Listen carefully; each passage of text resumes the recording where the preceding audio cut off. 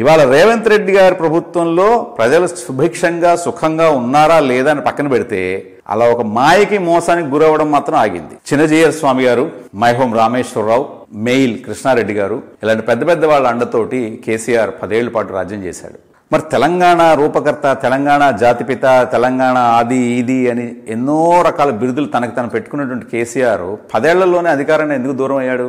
కేసీఆర్ లాంటి వాళ్లే 10 ఏళ్లలో అధికారం దూరం అయితే మళ్ళీ కవిత లాంటి వాళ్ళకి అధికారంలోకి వచ్చి లేకపోతే రాజకీయాల్లోకి వచ్చి ప్రత్యక్ష రాజకీయాల్లోకి వచ్చి మాట్లాడే అర్హత ఉంటుందా? ఉండొచ్చా? ఒకప్పుడేమో కేసీఆర్ని దేవుడు అన్నది, మళ్ళీ ఇప్పుడు బయటకు వచ్చి కేసీఆర్ని తిడుతుంది. రేపు రాబోయే రోజులు అదే జరిగేది. ఇప్పుడు ఆంధ్రప్రదేశ్లో షర్మిల గారి సంగతి చూసాం కదా. 2013లో అన్నగారు అంత దేవుడు లేడని చెప్పి మనల్ని అందరూ ఓదరగొట్టింది. ఆవిడ మాటలు నమ్మి జగన్ మంచివాడు అనుకుని ఓటేశారు. 2024 వచ్చేప్పటికి వాడు దొంగలేదు, వాడిని జైల్లో పెట్టాలి, వీళ్ళని చంపేయాలని చెప్పింది. అంటే మీకు ఎప్పుడే అభిప్రాయం ఏర్పడితే ఆ అభిప్రాయం ప్రకారం ప్రజలను మేము ఫాలో అవ్వాలా? మీ అభిప్రాయం, మీ అసెస్మెంట్ ఒకసారి తప్పని తెలిసిన తర్వాత సిగ్గు తెచ్చుకుని అన్నీ మూసుకుని ఇంట్లో కూర్చోవాలి. అయిపోయింది కదా, మీకు ఛాన్స్ ఇచ్చాం కదా. మీ నాన్న చాలా గొప్పవాడని చెప్పి కొట్టారు కదా డప్పు, అయిపోయింది కదా. మీ నాన్నగారు ఎందుకు పనికిరానివాడని తెలిపోయింది కదా. మీ అసెస్మెంట్ తప్పింది కదా. మీరు మూసుకుని ఇంట్లో కూర్చోవాలి. మీ లిక్కర్ స్కామ్లోంచి మీరు బయటపడడానికి మీకు ఏం కావాలో మీ లాయర్లతో సంప్రదించుకుంటూ మీ మిగతా శేష జీవితాన్ని గడపాలి. మళ్ళీ తగుదనమ్మా అనుకుంటూ రకరకాల హావభావాలు, కుక్క పిల్లల్ని ఎత్తుకుని, పంది పిల్లల్ని ఎత్తుకుని ఏంటి బతుకులువి? ఎన్నాళ్ళు ఇలా మోసం చేస్తారు ప్రజల్ని? ప్రజలలో 60% అమాయకులు ఉండబట్టే మీలాంటి వాళ్ళ ఆటలు సాగుతున్నాయి. చూసినవన్నీ నమ్మేయడం, విన్నవన్నీ నిజమని నమ్మేయడం.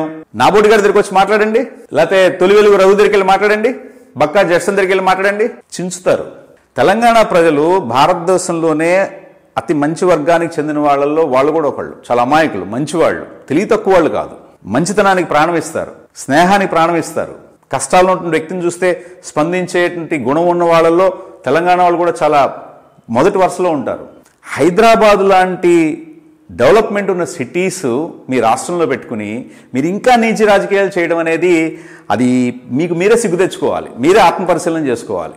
ఇక్కడ నా రోల్ ఏంటి, ఈ రాజకీయాల్లో నేను ఉండడానికి తగిందానా, నాకు అర్హత ఉందా ఆలోచించుకోవాలి. వాళ్ళెవరు కూడా వాళ్ళకు వాళ్ళు ఆలోచించుకుని నాకు అర్హత లేదు అని ఎవడు కూర్చోడు, ఏ రాజకీయ నాయకుడు కూర్చోడు. రక్తం రుచి మరిగిన పులిలాగా వాళ్ళు ఎంతసేపు ప్రజలను మోసం చేయడానికే రకరకాల పన్నాగాలు పన్నుతూ ఉంటారు, రకరకాల వేషాలు వేస్తుంటారు, రకరకాల చీప్ ట్రిక్స్ ప్లే చేస్తుంటారు, కుక్కలతో, పందులతో, పిల్లులతో ఆడుతుంటారు.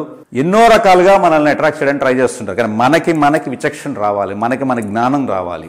ఒకసారి పదవిలోకి వచ్చిన వాడిని రెండోసారి ఎన్నుకోవద్దని మొత్తుకుంటుంది. అందుకనే